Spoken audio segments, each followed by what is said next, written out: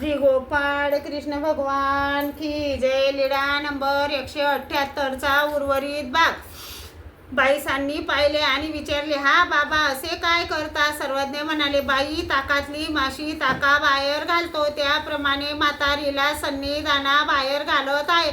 तेवढ्यात महादायसा आली. सर्वज्ञांना दंडोते घातले. श्रीचरणा लागली. सर्वज्ञांजवळ गप्प बसली. तिच्याकडून सर्वज्ञांना विनंती करणे काही होईना.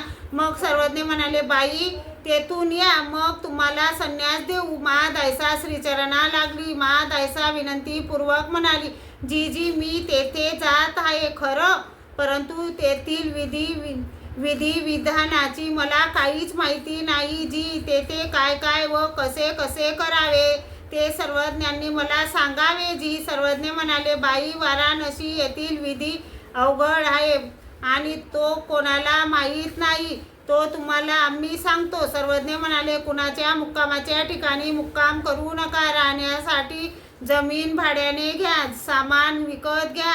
सरपण व पाणी हे सुद्धा विकतच घ्या. अन्नदान म्हणून कोणी कोणाला जेवू घालेल, कोणी कोणाला जेवू घालेल. तुम्ही मात्र कोणीतरी एक उघडा नागवा दिसेल त्याला जीव घालावे. असा तेथील तीर्थस्थानाच्या ठायी